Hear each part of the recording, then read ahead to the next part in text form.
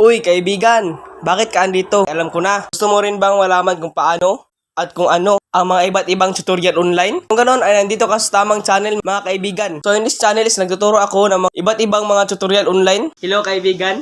Ayan. So dito, in this video is meron naman akong bagong i-share sa inyo na isang tutorial. Ayan. So in this video, sa mga natatanong kasi kung paano at kung paano do i-fix yung kanilang mga globe na bagong biling Globe Telecom. Ayan. So dito, marami kasi dito na bumibili ng mga globe, lalo na ngayong mga bagong labas na globe, yung mga 5G. So marami nagtatanong kung bakit daw hindi gumagana yung Asterisk 143 or bakit daw hindi ma-register. Ayan. Kung bakit daw hindi pa register. Ayan. So dito, actually kayo pa mag-register sa sarili niyong globe na bagong ibibili. So kailangan niyo po yung i-activate. Ayan. So kung paano mag-activate, ayan, so kung paano ba gagana yung Asterisk 143. So, in this video, isuturuan ko kung paano. Ayan, so napakadali lang. So, first thing natin gagawin is, kailangan talaga nating i-register itong ating globe. So, meron ako dito, ito bagong bili na globe, ayan. So, Go50, meron siyang free Go50, makuha nyo kapag nakapag-register kayo sa inyong globe, ayan. So, dito, meron naman sila ditong, parang globe net nila. So ito, new globe register SIM. Ito, meron sila ditong QR code. Ayan. So pwede kayo dyan mag-register. So pwede na QR code or search nyo po ito ang kanilang ito. So hindi makita. Yan, kailangan nyo po yung i-search. So i-flash ko na lang dyan sa screen kung ano yung nakasulat dyan. So i-search nyo po yan sa Google at madadirect na po kayo sa kanilang website. At doon, pwede nyo register. I-activate itong SIM na to. So hindi talaga siya gagana kapag hindi nyo na-activate. So in this video, tuturuan ko kayo kung paano ma-activate ng SIM. So dito, ito yung ang SIM. Ayan. So buksan lang po natin. So ito po yung kanilang Globe SIM. Yan yung 5G. Ito po yung itsura nyo ng bagong Globe ngayon ng labas nila. So lahat talaga dito ng mga bagong labas na SIM is kailangan talaga natin i-register sa kanilang hotline. So dito, para gagana yung sinasabi nilang Asterisk 143. Ayan. So yun kasi yung parang ways na makapag-register tayo offline dito sa kanilang SIM. So, kailangan talaga natin dito i-register to. Ayan. So, meron sila free Go50. Ayan. With 5G. Kapag ma-register natin tong globe. So, simple lang mag-register. Tuturo ko sa inyo kung paano yung ways na pag-register. So, at the same time, gagana na rin po yung kanilang mga Asterisk 143. Pero meron naman po kasing mga globe na bagong bili na gagana na agad yung Asterisk 143 kahit hindi nyo pa na-activate. So, yun yung mga advantage dito. So mga bagong labas na promo, so kailangan tayong i-register para mga bagong promo is ma-activate dito sa bagong SIM nyo na labas. Ayan, so hindi siya ma-invalid after how many years. So sa akin, based sa experience ko, so tinanay ko siya. Ito yung globe, itong bagong bili kong globe. Ayan, so tinanay ko siya mag-register, pero ayaw talaga gumana ng Asterisk 143. So yun yung mga parang disadvantage ko dito. Hindi, unlike noon na kahit hindi ka mag-register ng SIM is pwede ka makapag-avail ng promo. Yun yung parang disadvantage dito sa mga bagong SIM ngayon, yung mga 21st century na SIM. So ito na, tuturo ko na sa inyo kung paano.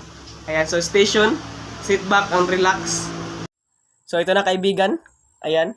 So dito, ito yung ating sinasabi ko kasi sa inyo kanina na kanilang hotline. So ito yung kanilang mga parang website sa globe na to. So ito siya, yung newglobe.com.ph.simrig. So SIM register yan, yung SIMrig. Ayan. So dito, mag-register po tayo ng SIM sa mga bagong bili dyan ng mga medyo may defect. Kailangan talaga natin i-register yung bagong SIM as long as na para din register yung ating Asterisk 143. So makapag-register tayo ng promo offline. Ayan. So dito, baka nagtataka kayo. So dito lang po tayo pwede ha. So dito, trinay ko to kanina pero iba yung lumabas. Para siyang site. Yung ginaya lang niya. So dito, ito talaga yung kanilang personal hotline talaga ni Globe Telecom. Ayan. So dito, shop lang po ito. So mga promos dito. So dito talaga tayo sa kanilang Globe SIM registration. So tap natin yan. Ayan. Ayan, so ito na po kanilang dashboard ng kanilang website, si Globe Telecom. Ayan, so register your SIM. So dito, scroll down na po tayo bababa. So, meron tayong makita dito mga step. Ayan, so ito yung mga step nila kung paano mag-register. Step 1, step 2, hanggang step 3. Ayan. So, pwede na tayo dito mag-watch and learn para kung paano mag-register. So, ito siya. Tap lang po natin yung mga video na yan. Kung paano mag-register, kung hindi nyo pa alam. Yeah, so, in this video, hindi na kailangan kasi tuturuan ko naman kayo kung paano mag-register ng sarili nyo mga SIM card. Ayan, so dito, tap lang po natin itong register. Ayan, yung register na yan. Tap lang po natin yan. So dito, mag-fill up po tayo ng mga form na mga personal details natin. So kailangan talaga yun para makapag-register tayo dito kay Globe Telecom. So i-register ko rin tong bago kong billing SIM.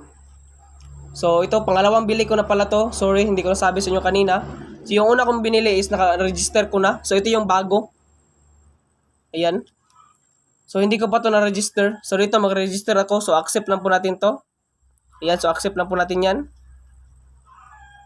Ayan, so dito, input po natin ang ating mobile number. Yung ating bagong billing register na, hindi pa na-register na number. Ayan. So, input lang po natin dito. Ika na, mali na sad. Ayan, so ito pong kanilang para mga steps dito. Ayan, so basahin nyo po yan. So dito, ayan, so mag-register po tayo. So dito, kailangan po at least 18 above po tayo. So makita naman po yan sa ating valid ID. So dito, ayan. So, tara natin proceed. Tap lang po natin to. Ayan. So dito yung verification code ng inyong number. So, meron lang po tayong 4 minutes. Ayan. So, para mag-verify ng ating 6-digit number. Lagay ko na po. So, ayan. Nalagay ko na po yung aking 6-digit number. So, wait na lang po tayo dito. So, nalagay ko na po. So, ito po yung lalabas. So, ito na sinasabi ko sa inyo kanina na mag-fill up tayo ng ating form.